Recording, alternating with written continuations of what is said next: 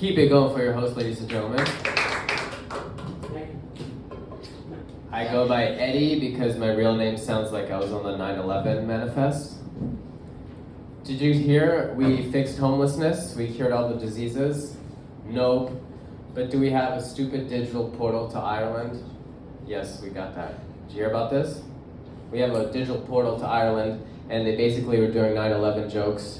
They were showing us the footage, so as a native New Yorker, I gotta take those jokes back, you know what I mean? I learned that from black people. When you insult them, they take the insult and make it cool. All right, so here's some 9/11 jokes. You know that TikTok trend where they're like, hey, I'm a Libra, of course I'm gonna have sex with your brother-in-law. Hey guys, I'm a New Yorker, of course I like my women like my Twin Towers going down on me before breakfast. Not a breakfast crowd. If you don't laugh, Ireland wins and the terrorist wins, okay? We don't need that. Here's the thing about 9/11. Nobody talks about 9/12, right? The day after. What do you think Bin Laden was doing? In his cave with his dialysis, scrolling TikTok with his mango cherry vape, right? Sound relatable? Anyways, September 12th. All I remember is as a kid, they were like, we gotta go to school, and I told the teachers, I was like, I don't think we have to go to school today. Teachers were like, if we don't go to school, the terrorists win. And I was like, look at the buildings they destroyed. I think they won, right? Thank you.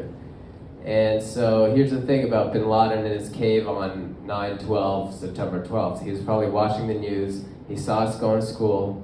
And he was like, oh no, American resiliency. I'm gonna have to terrorize again.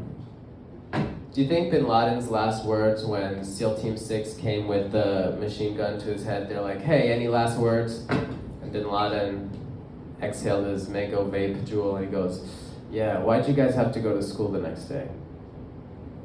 Really upset me. I'm just saying we could have had the day off to remember 9/11, you know, they say never forget. I just did my DNA test. I'm part Nigerian. You got to be kidding me. Can you believe it? I'd like to thank the good people at 23andMe for mixing up my DNA test with some poor Nigerian comedian who's like, hey guys, I'm an American, I'm offended, I'm non-binary. Communism. I'm just I stopped drinking for good, I drink for mediocrity. That's it. My jokes are like COVID and chlamydia, not everybody gets them.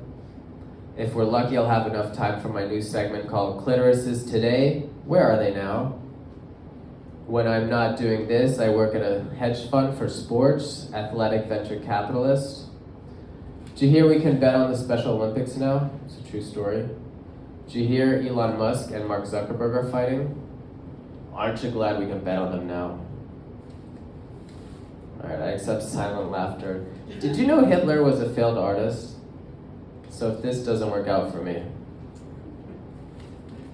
all I'm trying to say is I'm gonna get that Netflix special one way or the other.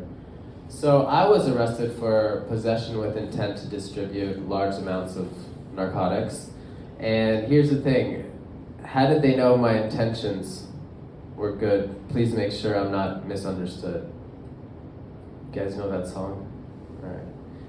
Coming from HR in corporate America and then being arrested for possession with intent to distribute, I always thought intent was irrelevant. Okay, the air conditioner is really loud. That's how you know you're doing well at the Broadway Comedy Club. I always wanted to touch that. All right. My mental health is like a box of chocolates. You never know what you're gonna get. I'm very creative, or as the doctors say, schizophrenic. Let me leave you with this. I'm looking for 3 girlfriends to afford a 1-bedroom or maybe a studio apartment. All right, keep it going for your host, ladies and gentlemen.